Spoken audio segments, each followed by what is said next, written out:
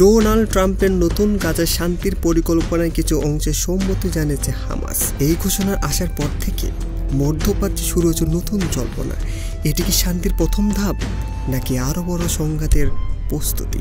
Hamas জানিয়েছে তারা কিছু সত্য মেনে নিতে প্রস্তুত। এর মধ্যে রয়েছে বন্দির বিনিময়, গাজায় মানবিক সহায়তা পৌঁছে দেওয়া এবং একটি নিরপেক্ষ প্রশাসনিক কমিটির প্রস্তাব বিবেচনা করা। তবে সবকিছু সত্য সাপেক্ষে, কারণ হামাস এখনো তার অস্ত্র পুরোপুরি ছাড়তে রাজি নয়।